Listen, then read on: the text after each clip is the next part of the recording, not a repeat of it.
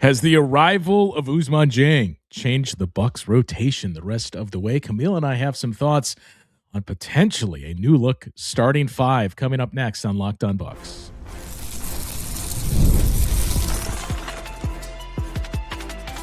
You are Locked On Bucks, your daily Milwaukee Bucks podcast, part of the Locked On Podcast Network, your team every day.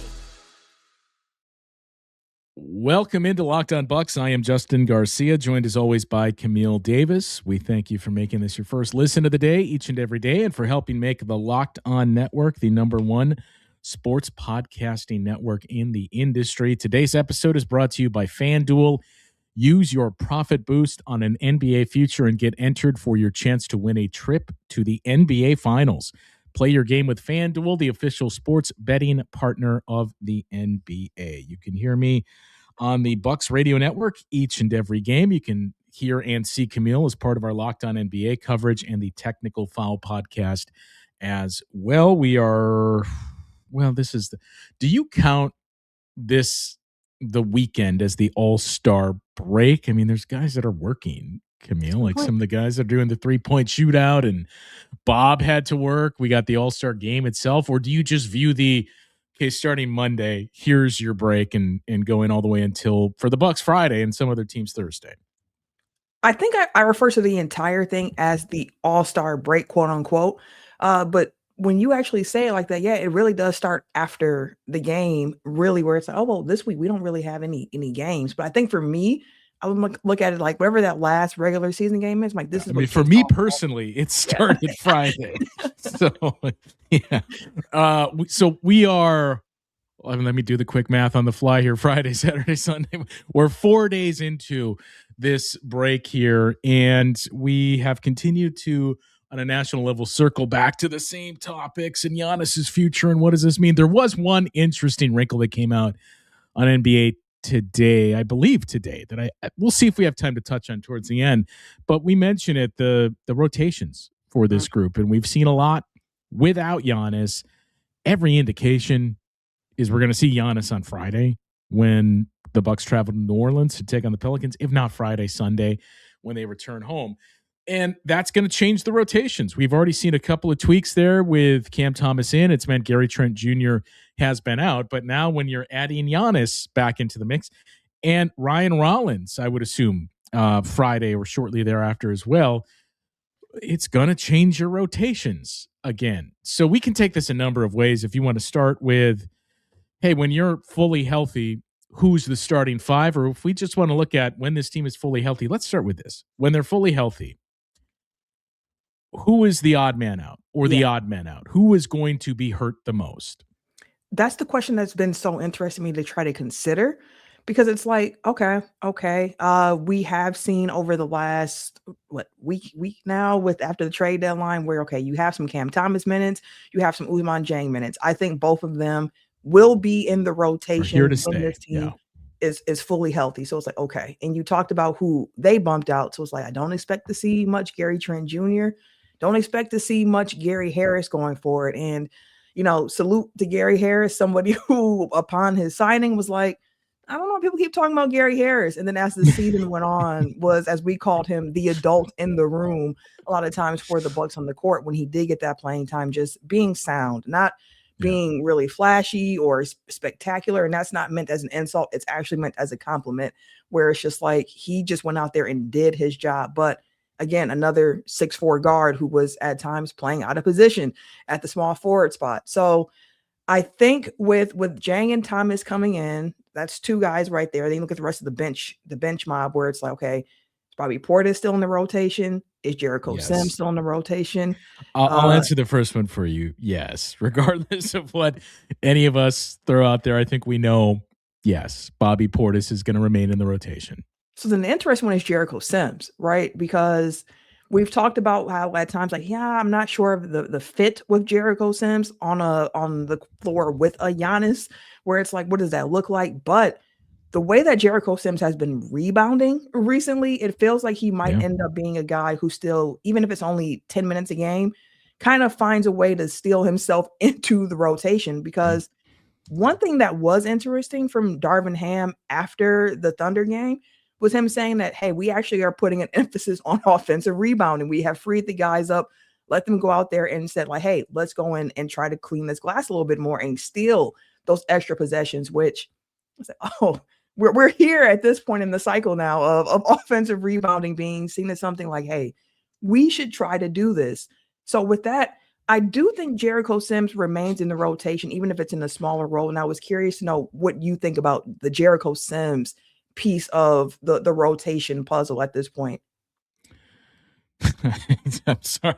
I still keep thinking about you setting up the offensive rebounding. Like, you know what we discovered? We should probably, it's like your parents or somebody like, can you help me out with the internet? And like, did you know I don't have to plug in to get online anymore? Like I use this wireless thing. Like that's almost what it comes to with.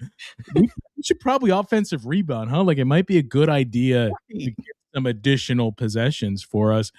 I think, I mean, look, I'm not stating one way or another that Bobby Portis should or should not be out of the rotation. I think you can probably make a case on both sides. Mm-hmm. I just have, he's going to stay in the rotation. We've seen enough to know. And I do think I've got to be careful in how I phrase this because people can take it as something else. I think he's one of the guys that Doc trusts. And when Bobby's on, there is value there. When he's not is when this discussion rightfully pops up of should he be there or do we need to drastically cut back the minutes? The minutes discussion is what's interesting to me for him and for Kyle Kuzma with Ousmane Dieng's emergence, because ideally for Kuz, he's a 3. And especially if you're going to lean into the, hey, we just discovered this thing called offensive rebounding and its importance there, and just rebounding in general to not only get you extra possessions, but to limit the second chance opportunities for your opponent and defensive rebounding. Kuz is important there because, you know, I think a lot of the times we can put the face of AJ Green or Gary Trent Jr. to it, but a lot of times it's just being small. That has been the Bucks' issue. So Kyle Kuzma, you need that there. Does Kyle Kuzma start at small forward, or is Kyle Kuzma coming off the bench with Bobby Portis and with potentially Jericho Sims and ways to say, we're going to play all of those guys, and that's how we're going to maintain our size, and we are going to continue to crash the board. So to me, it's what do the minutes look like for Kyle Kuzma? And Ousmane Dieng played more minutes than him against the Thunder. How are his minutes impacted? Jericho Sims, to be honest, I don't even know what number value to throw out there and say, I think this is the number he'll sit in on. He had some 30s in the minutes there. It was 20 against the Thunder in a game where you also did not have Miles Turner. Right. Bobby Portis was 29. So those 3 guys, what do the minutes look like? And for that matter, Pete Nance too, like as much good. I'm assuming that was the next name you were bringing up that we've seen from Pete Nance. I think he has to stay in the rotation, even if it's just you're not going to play as much, but we're going to get you 10 minutes because I should have probably pulled this up, and I'll do it as you finish your point. But the eye test tells you offensively, at worst, they've been as good. They don't get worse when Pete Nance is on the floor because of the little things that he does. So, like, I don't know if those would be the first names to come to mind for most people, but those are the ones to me that are like, these are the most interesting guys in the second half because what does it mean for their minutes and or usage? Could not agree more, because there are certain guys who you know are going to be in the rotation, whether they start or not. You know they're going to be in the rotation, and that's your 3 guards who we've been talking about a lot so far this season with AJ Green, Kevin Porter Jr., and Ryan Rollins. Like, you know those 3 are going to be playing. You know that Giannis will play. You know that Miles Turner will play. So it's like those 5 are for sure. But that's when the rest of the conversation gets really interesting, because then that brings in the Bobby Portis, the Kyle Kuzma, the Jericho Sims, the Ousmane Dieng, the Cam Thomas, which puts you at 10 right there, 10 guys right there. So it's like, what do the minutes look like for those guys? Because I'm curious to see if Doc just does start to roll out like 10 men rotations for the rest of the season, where we know Doc tends to like to go a little bit on the shorter side for the rotation. But if guys have shown that they have earned minutes, like, do you continue finding ways to give them minutes, even if it's not a lot per game, but just being able to have some interesting combinations going forward? Because Pete Nance to me feels like he might be one of those guys who's on the outside looking in, unless there's somebody else where it's like there's injuries that have struck or something like that comes. But he feels to me like the odd guy out, which doesn't feel like what's been earned with his playing time so far this season. All right, I did pull up the numbers as we were talking about it, and I'm not going to spoil it. There are some interesting takeaways. We'll get into that coming up on the other side. And, we teased the starting five and that one name in particular. So does the starting lineup look different starting Friday, assuming Giannis is back, and Ryan Rollins for that matter as well? We'll dig into that discussion next. Workplace chaos. You got deadlines stacking up, your inbox overflowing, and the one position you have to fill is still sitting open. When the pressure's on and you need the right hire, this is a job for Sponsored Jobs. Indeed, Sponsored Jobs helps you reach the people who actually fit what you're looking for: skills, experience, location, so you're not just hoping the right candidate stumbles across to your post. Here's the stat that says it all, though. In the minute I've been talking to you, companies like yours made 27 hires on Indeed, according to Indeed data worldwide. So if you're hiring, spend less time searching and more time interviewing candidates who check all of your boxes with Indeed Sponsored Jobs. Spend less time searching and more time actually interviewing candidates, checking all those boxes. Less stress, less time, more results. When you need the right person to cut through the chaos, this is a job for Indeed Sponsored Jobs. Listeners of this show will get $75 sponsor credit to help get your job the premium status it deserves at Indeed.com/podcast. Just go to Indeed.com/podcast right now and support our show by saying you heard about Indeed on this podcast.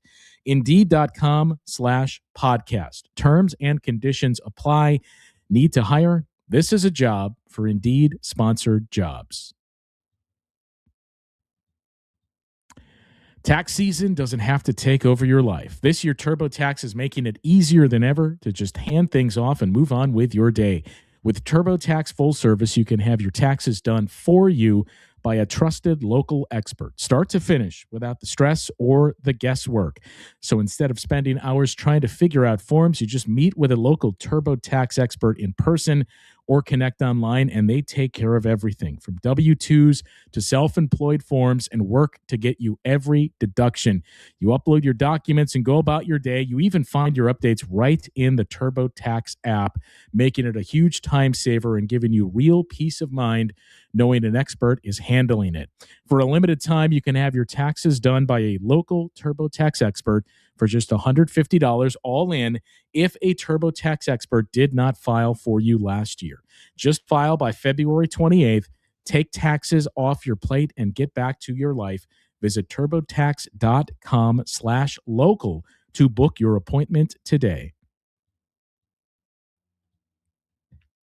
And of course, Camille, if you got additional thoughts, you can leave them in the comments. We will get to those. You can leave them in the Discord as well. And one way to get access to that Discord channel is to sign up for the Everydayer Club. You get ad-free episodes of Locked On Bucks, access to our Discord, and all other NBA Discord channels as well. You can kind of lurk and see, what are the Hawks talking about? Are they afraid of the Bucks yet?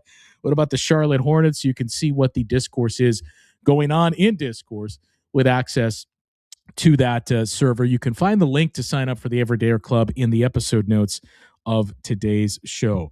So the eye test is right.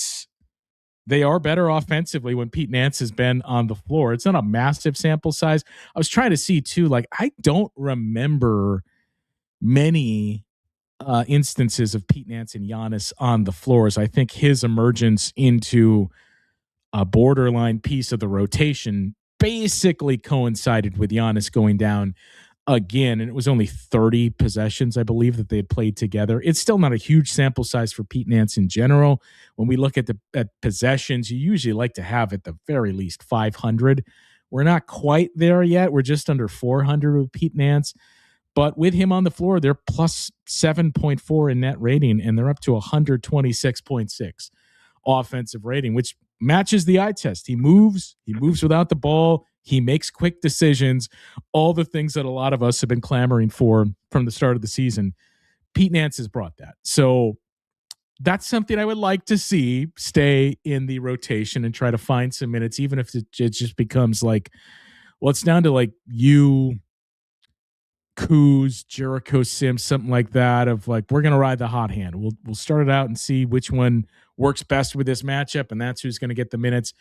But yeah, that's the challenge: is how deep does Doc Rivers end up going with this rotation, and then from there, who gets elevated back in the starting lineup? So for a while, we felt like all right, this is the starting lineup, and I feel like we've said that 3 times already this season. They've got what, 18, 19 starting lineups now at this point in the season? Believe it's 19. Yeah, I'll have to take a look again. But yeah, it feels like every time you feel like, okay, this is it, something else happens. So now let's assume Giannis and Ryan Rollins are both healthy starting Friday. Let's assume no reason to think otherwise. Miles Turner is available as well.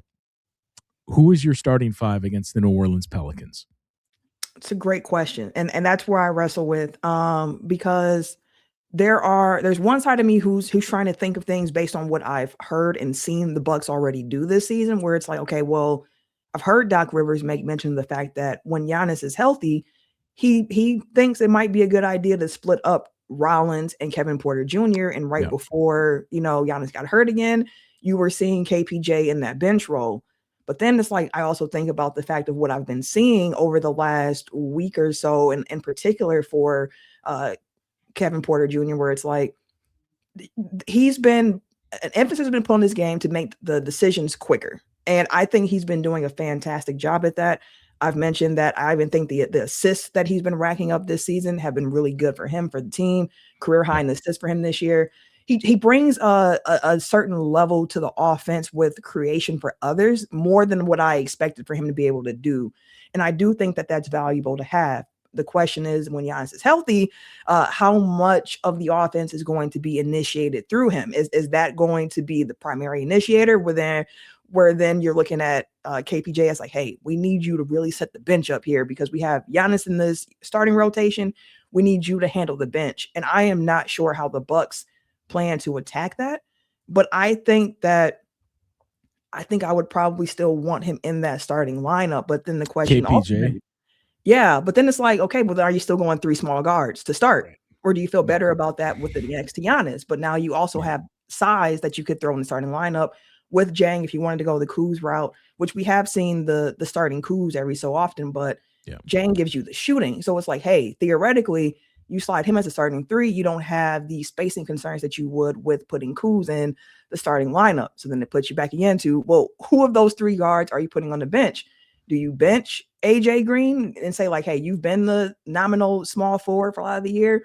We're going to have you come off the bench. Is it KPJ, as mentioned, where you've seen it at times this season and you go that route?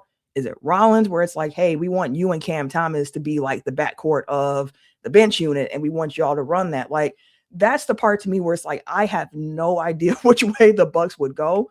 But I think for me, it's tough. I think coming out of the break, if everyone was healthy, I think that I would probably, I think I would still go with the 3 small guards to start initially with Giannis back, just to kind of be like, okay, now throughout this game, I am going to try to see what certain rotations look like. Let me see what this looks like next to Dieng, next to Thomas, next to whoever, and try to get a bigger sample size from there. But it's tough because you want Green in that starting lineup next to Giannis because he's such a Giannis maximizer with his shooting ability. But then it's like Rollins and KPJ, both of those guards have been effective at different points in the season.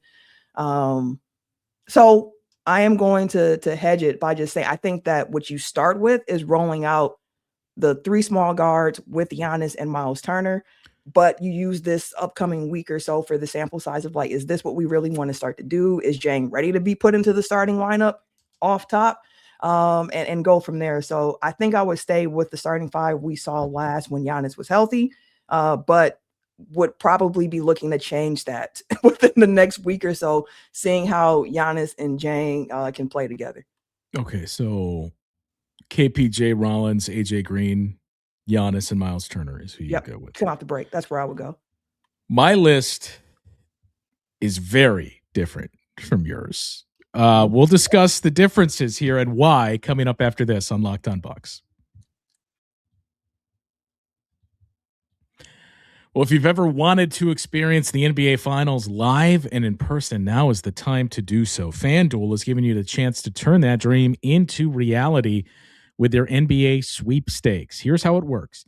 Use your profit boost on any NBA future, and you'll automatically be entered for a shot to win an NBA Finals trip for two. Flights, tickets, the whole experience for two of you. So if you're already looking at the board and thinking about which team can make a deep run, this is the perfect time to lock it in and realize you could be that team making a deep run. You'll love futures this time of year, whether it's picking a team to win the championship or even finding your favorite to take home the conference championship. It adds that extra layer of excitement to every game down the stretch. And now not only can your pick cash in, but it could also send you to the NBA Finals. Visit FanDuel.com to get started. Use your profit boost on an NBA future and get entered for your chance to win a trip to the NBA Finals. Play your game with FanDuel, the official sports betting partner of the NBA. So I waffled back and forth on a handful of the same points that you made. Do you want to throw Ousmane Dieng out there just yet and say, hey, man, you're starting? Like, we believe in it. We've caught the Ousmane fever, so you're starting next to Giannis and Miles Turner. Let's go. No pressure. We're just trying to get into the playoffs.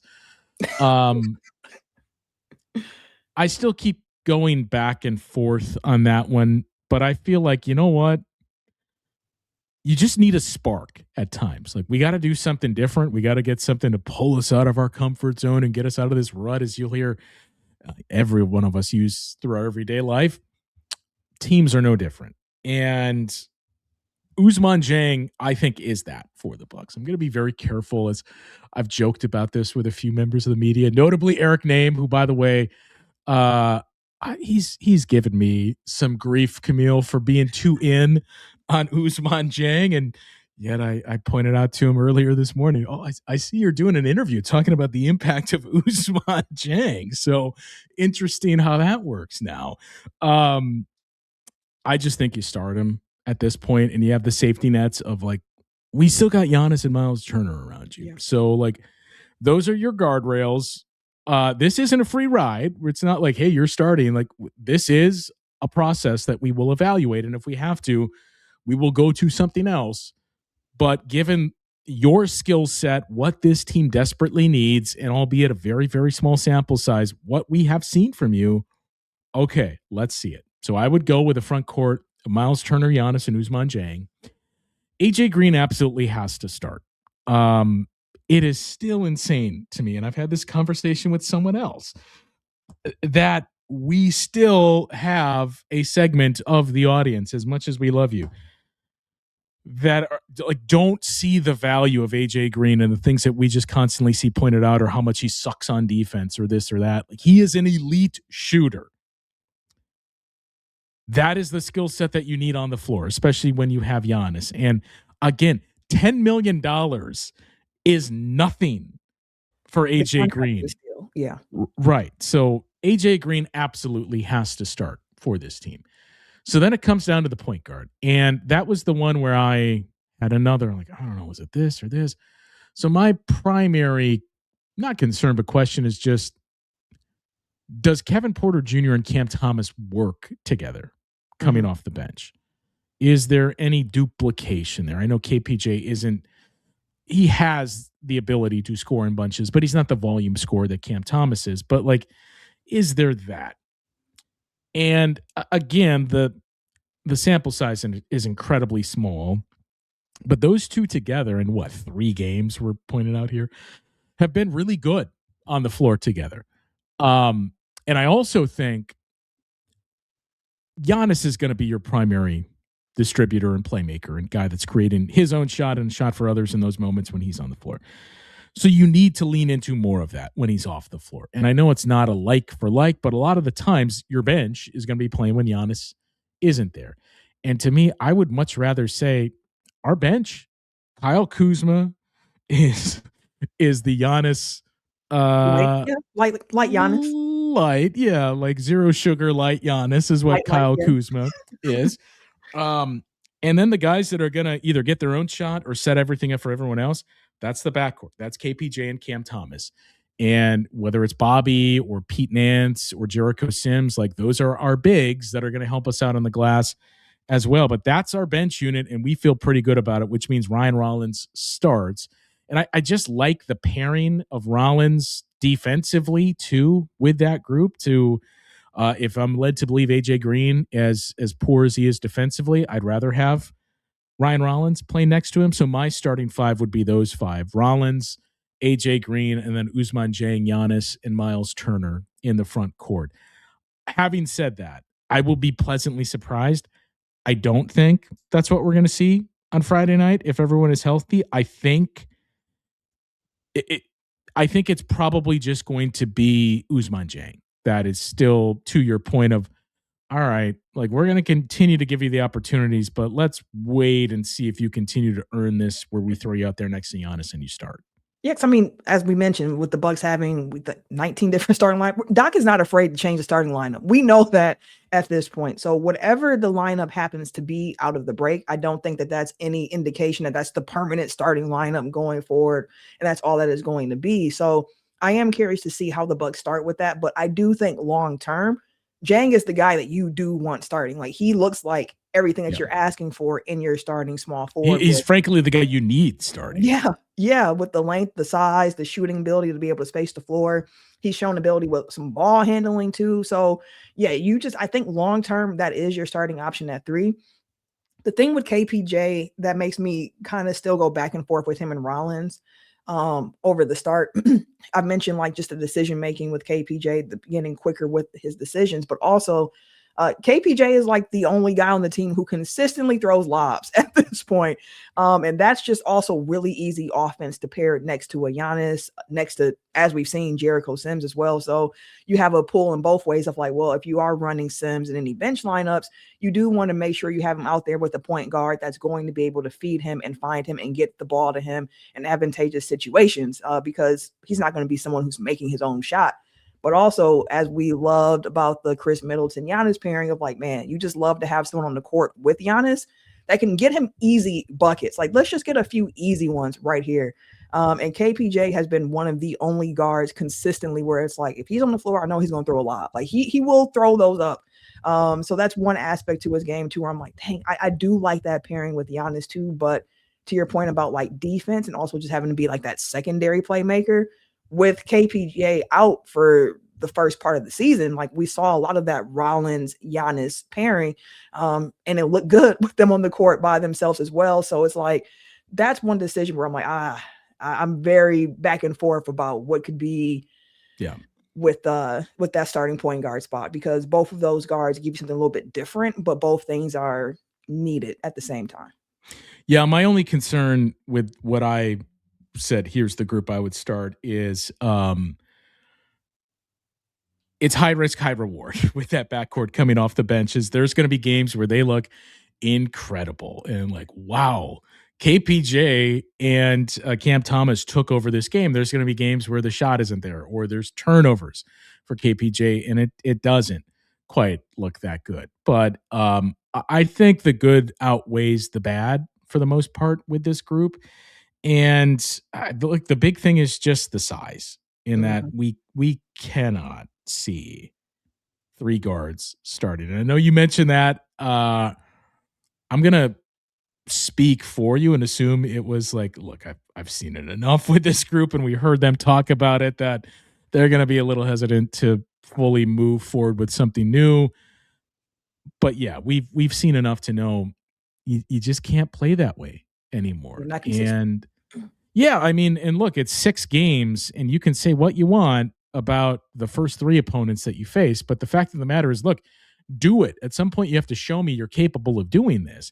And they've done that. And in those 6 games, they have been a very good rebounding team. You mentioned what Darvin Ham had to say about, we're leaning into offensive rebounding. Well, they've gone from leading up to those 6 games. So what, 40 games around there, 53, so 47 games, right? Leading up to that, they were 29th in offensive rebounding rate at 25.4%. since then, in those 6 games, they're 17th. 30% offensive rebounding rate, which like none of us are saying be great and be the Rockets and be a top 5 or 10 team. Right. Just be average. And that's what they've done in those 6 games.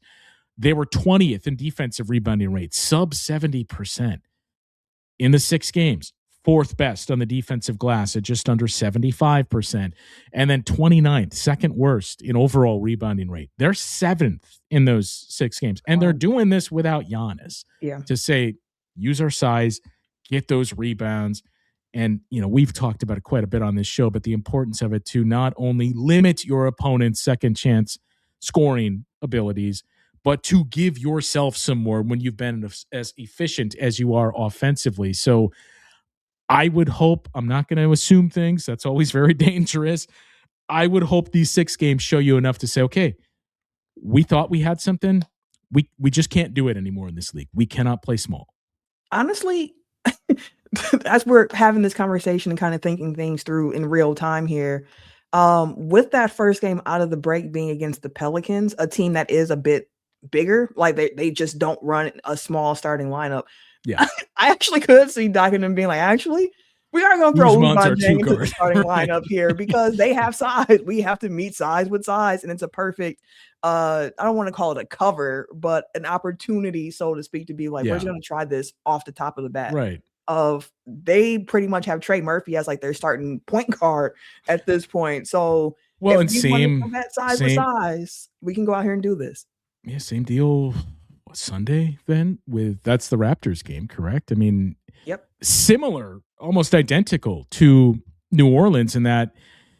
If you say like that's a big team, you typically look at the center and say, "What are you talking about?" That's New Orleans is no, they're big because like Sadiq Bey is their 2 guard, and like Toronto is pretty similar too. So to your point, this is a pretty good cover to kind of avoid saying, "Well, yeah, we're starting Ooze from here on out," and just kind of crouch behind we just needed more size for these 2 games, so we went with it, and you know what, it worked. So I guess we'll keep doing it. So actually, I will say that he's in the starting lineup. So I'm gonna go with yours, but I'm going to flip out Rollins for KPJ. I wonder if we go that route where it's Kevin Porter Jr., AJ Green, Ousmane Dieng, Giannis, and Turner as starting 5. That's where I'm going to go against on Friday against the Pelicans, where the Bucks actually use the guise of we kind of want more size to be able to get that first look at what it might look like to have him in the starting lineup. And the everydayers might remember me saying when the Cam Thomas was signed, Zodiac GM, y'all, listen, the stars are saying that the trio of Giannis and Cam Thomas and Ousmane Dieng, the synergy is like an A+. It's like perfect synergy. I got to see the 3 of them on the court at the same time.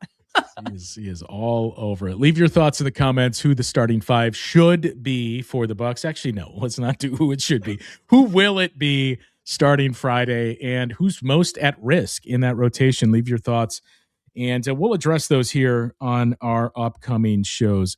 That's going to do it for today, and as always, we thank you for tuning in here, making it your first listen of the day, helping make this the #1 sports podcasting network in the industry. Make sure you like and follow the podcasts as well. You get notified whenever it is that we go live, and never miss an episode. If that is you, the Everydayer Club is what's built for you. You get ad-free episodes of the show, plus members-only Discord access and more. You can find the link to join the club in the show notes of today's episode. For those of you on video, we send you to the first ever 24/7 national NBA YouTube channel. On audio, make sure you make that your second listen, NBA Game Night on Locked On NBA. And it's a Camille episode, so make sure you check that one out. That'll do it for today's show. For Camille, I'm Justin. We'll talk with you guys once again tomorrow on Locked On Bucks.